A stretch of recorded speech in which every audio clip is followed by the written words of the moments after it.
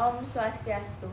Perkenalkan, nama saya Nyoman Krisnawati dari kelas 11-6, nomor absen 35.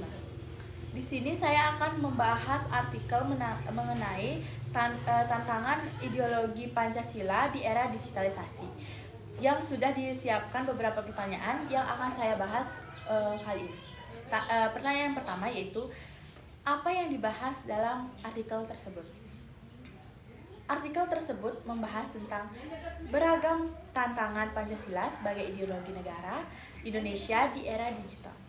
Beberapa tantangan tersebut antara lain yang pertama yaitu penyebaran ideologi alternatif seperti radikalisme, ekstremisme, dan liberasi yang berlebihan. Yang kedua yaitu meningkatkan polarisasi dan perpecahan sosial akibat media sosial. Yang ketiga yaitu munculnya budaya individualisme dan komensarisme. Yang keempat yaitu penyebaran hoaks dan disinformasi. Yang kelima yaitu regulasi digital yang masih belum mampu mengimbangi cepatnya perkembangan teknologi. Dan yang keenam yaitu kurangnya pemahaman generasi muda tentang nilai-nilai Pancasila. Intinya, artikel ini menyoroti bagaimana era digital mempengaruhi cara masyarakat untuk memahami dan mengamalkan Pancasila. Baik, pertanyaan yang nomor 2 yaitu, mengapa permasalahan ini bisa terjadi? Sekarang, mari kita bahas mengapa semua tantangan itu bisa muncul. Yang pertama yaitu akses informasi yang sangat cepat. Di era digital, siapapun bisa mengakses informasi dari seluruh dunia dalam hitungan detik. Dampaknya, ideologi asing bisa masuk dengan sangat mudah tanpa ada filter yang jelas. Faktanya, APJII melaporkan bahwa pengguna internet di Indonesia mencapai 229 juta jiwa pada tahun 2024. Ini berarti 8 dari 10 orang Indonesia aktif di internet. Besarnya angka ini membuat ruang digital sangat rawan terhadap penyebaran ideologi yang bertentangan dengan Pancasila. Yang kedua yaitu polarisasi media sosial. Media sosial seperti TikTok, Instagram, dan Twitter atau X seringkali menjadi tempat munculnya ujaran kebencian atau provokasi dan konflik antar kelompok. Algoritma media sosial juga membuat seseorang hanya melihat konten yang sejalan dengan pandangan yang mengakibatkan echo chamber. Data Kominfo mencatat adanya 8.000 konten SARA atau suku, agama, ras, atau antar golongan yang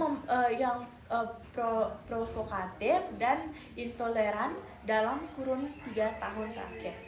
Ini jelas mengancam sila persatuan Indonesia. Yang ketiga yaitu individualisme dan budaya konsumtif. Di era digital, membuat masyarakat lebih fokus pada diri sendiri, konten flexing, gaya hidup mewah, dan persaingan followers. Dan sebagainya, hal ini bertentangan dengan nilai gotong royong, solidaritas, dan keadilan sosial. Data dari BPS mencatat peningkatan gaya hidup konsumtif sejak 2021, terutama usia muda, dipicu oleh maraknya e-commerce dan iklan digital. Penyebaran yang keempat yaitu penyebaran berita palsu atau hoax.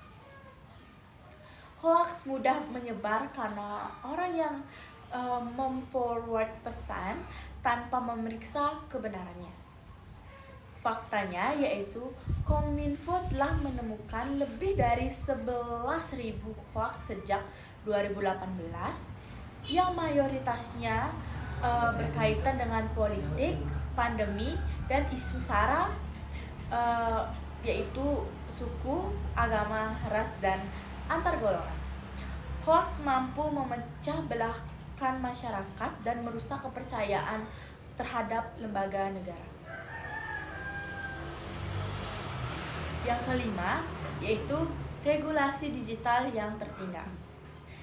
Teknologi berkembang sangat cepat, namun regulasi pemerintah tidak bisa mengejar kecepatan tersebut. Akibatnya, konten negatif leluasa menyebar di internet.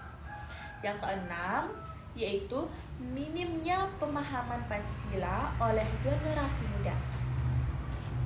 Pendidikan Pancasila sering dianggap membosankan dan tidak relevan. Di sisi lain, konten digital ideologis hadir dengan visual yang menarik sehingga lebih cepat mempengaruhi anak muda. Datanya yaitu survei Kemendikbud menunjukkan bahwa 40% pelajar tidak memahami makna sila secara mendalam. Pertanyaan yang ketiga yaitu solusi sebagai generasi muda. Lalu apa yang bisa kita lakukan sebagai generasi muda? Berikut beberapa solusi solutifnya. Yang pertama yaitu meningkatkan literasi digital. Belajar memverifikasi informasi, memahami sumber berita yang valid, dan tidak mudah percaya pada pesan yang berantai. Yang kedua, yaitu membuat konten positif, menggunakan media sosial untuk menyebarkan nilai Pancasila, toleransi, persatuan, gotong royong, dan anti hoax. Generasi muda bisa menggunakan video pendek, infografis, dan podcast agar lebih menarik. Solusi yang ketiga yaitu melawan provokasi dan hoaks.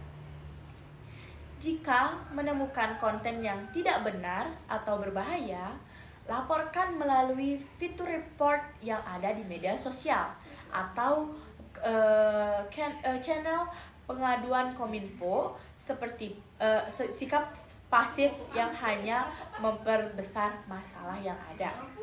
Yang keempat yaitu berpikir kritis terhadap ideologi asing. Kita tidak semua ideologi yang terlihat modern sesuai dengan nilai Indonesia. Kita harus mampu menilai dan menyaring dan membandingkan dengan nilai-nilai Pancasila. Yang kelima yaitu menghidupkan nilai Pancasila dalam kehidupan sehari-hari. Yang pertama yaitu menghargai perbedaan, yang kedua saling membantu, yang ketiga menghormati pendapat orang lain, dan yang keempat bersikap adil dan tidak meremehkan kelompok tertentu. Yang keenam yaitu aktif dalam kegiatan sosial. Mengikuti kegiatan sosial seperti organisasi muda atau volunteer membuat semangat gotong royong terus hidup. Yang ketujuh yaitu mendukung pendidikan Pancasila yang modern. Generasi muda bisa mendorong sekolah atau kampus untuk membuat pembelajaran Pancasila yang lebih interaktif seperti proyek kreatif, debat, hingga konten digital. Yang terakhir yaitu kesimpulan. Sebagai kesimpulan, tantangan Pancasila di era digital memang sangat kompleks.